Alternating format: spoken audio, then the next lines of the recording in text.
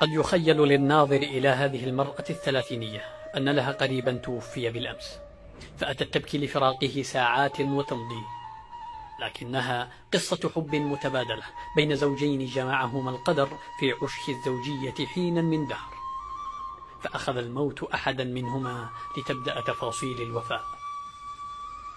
ففي أندر قصة حب ووفاء تشهدها حالمة الحب تعز، امرأة عاشت مع زوجها فترة من الزمن، لم يرزقهما المولى عز وجل مولودا يسعد حياتهما، فكانت تحثه بأن يتزوج، عل الله أن يرزقه بمولود يملأ حياته سعادة ودنياه سرورا.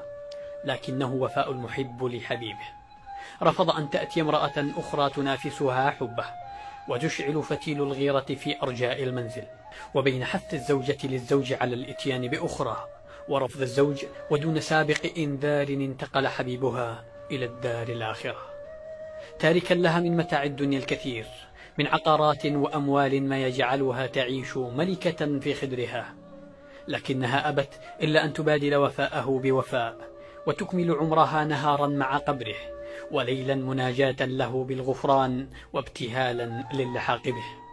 ففي كل صباح تأتي إلى رفيق دربها لتقضي معه فترة نهار كامل تونس وحشته وتستأنس بوجودها معه، فتارة تدعو له وتارة تمسح على قبره وتارة أخرى تذرف الدموع لفراقه. وفاء قل أن تجد له مثيلا في هذا الزمن. في هذه البقعة من العالم المتوارية عن أنظار الكاميرا تعيش حياتها بهدوء وسكينة بجوار حبيبها النائم في رحلة الخلود. لم يكن بإمكاننا إلا أخذ لقطات عن بعد دون أن نشعرها بذلك، احتراما لها وتقديرا لوفائها. اتخذت من قبره بيتا لها، فبنت عشة متواضعة بجواره تقيها حر الشمس. اقترب الفريق عند ذهابها لجلب الماء الذي تستخدمه في سقاء المارة ورشه على قبر زوجها. لم يستطع أحد إقناعها من المكوث جوار قبر زوجها، علما بأنها تحفظ القرآن كاملا كما سمعنا من أهالي المنطقة.